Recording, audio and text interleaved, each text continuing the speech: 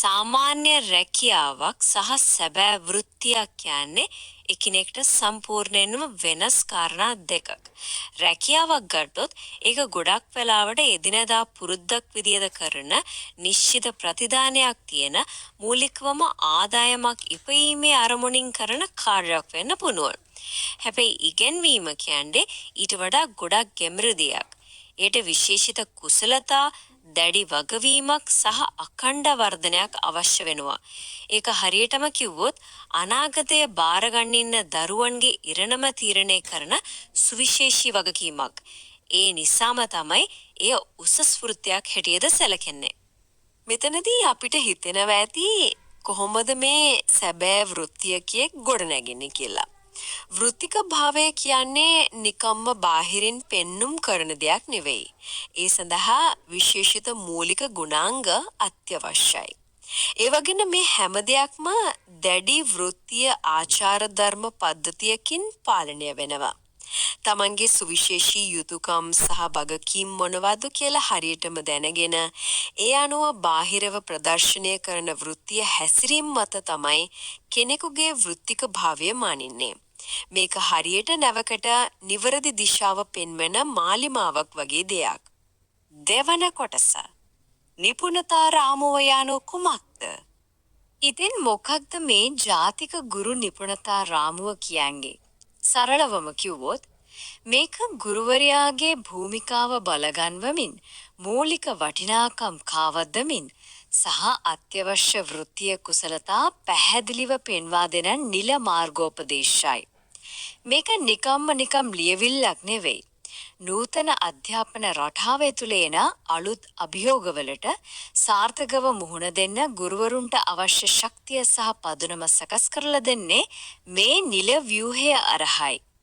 ඉතින් මෙතන තියෙන වැදගත්ම කාරණේ තමයි මේ රාමුවේ අරමුණු පන්ති කාමරයේ 4 විතරක් සීමා වෙන්නේ නැති එක. මේකෙන් ගුරු භූමිකාව සම්පූර්ණයෙන්ම බල ගන්නවනවා. ඒ වගේම ගුරුවරුන්ගේ ආචාර ධාර්මික සහ නීතිමය වගකීම් පිළිබඳ දැනුම පුළුල් කිරීම, පාසල් ප්‍රජාවත් එක්ක තියෙන sannivedanaya සහ සහයෝගීතාව වර්ධනය කිරීම සහ විශේෂයෙන්ම ගුරුවරයාගේ පෞද්ගලික වෘත්තීය සංවර්ධනය ගැනත් මෙතනදී ලොකු අවධානයක් යොමු කරලා තියෙනවා. තවත් විශේෂ කාරණයක් අපි මතක තියාගන්න ඕනේ මේ ජාතික රාමුව අපේ රට ඇතුලේ හුදකලාව හදපු එකක් නෙවෙයි. මේක ගොඩනැගිලා තියෙන්නේ අධ්‍යාපනඥයන් සඳහා වන ගෝලීය මිනුම් දඬු සහ ජාත්‍යන්තර වෘත්තීය ප්‍රමිතීන් පාදක කරගෙනයි. උදාහරණයක් විදිහට ඕස්ට්‍රේලියාව එක්සත් රාජධානිය වගේ රටවල් වල ප්‍රමිතීන් සහ කේම්බ්‍රිජ් ප්‍රමිතීන් වල ආභාෂය මේකට ලැබිලා තියෙනවා. මේකෙන් අපේ අධ්‍යාපන පද්ධතියට ජාත්‍යන්තර මට්ටමේ ශක්තියක් ලැබෙන බව පැහැදිලි. තුන්වන කොටස. වෘත්තීය දැනුම සහ අවබෝධය. ගුරුවරයෙක්ට තියෙන්න ඕන වෘත්තීය දැනුම ප්‍රධාන වශයෙන් අංශ දෙකකට බෙදෙනවා. එක පැත්තකින් තමන් උගන්වන විෂය.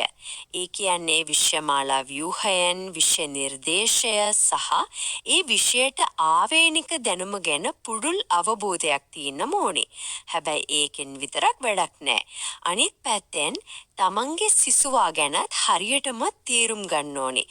ළමා මනෝවිද්‍යාව, දරුවන් ඉගෙන ගන්න විදිහ, ඔවුන්ගේ සෞඛ්‍ය සහ පෝෂණය වගේ දේවල් ගැන දැනුවත් වීමත් ඒ හා සමානවම වැදගත්. මේ අංශ දෙකේම පරිපූර්ණ සමබරතාවයක් සැබෑ ගුරුවරයෙකුට අත්‍යවශ්‍යයි. හතරවන කොටස. ප්‍රායෝගික කුසලතා සහ ව්‍යවහාර.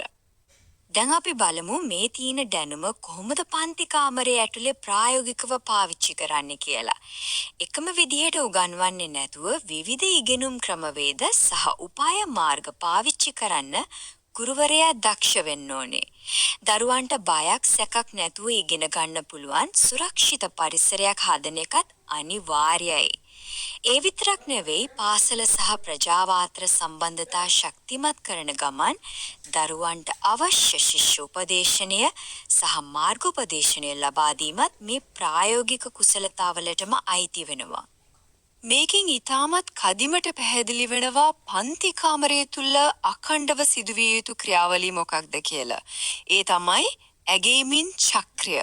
මුලින්ම ශිෂ්‍යයාගේ මට්ටම ඇගේීම ඊට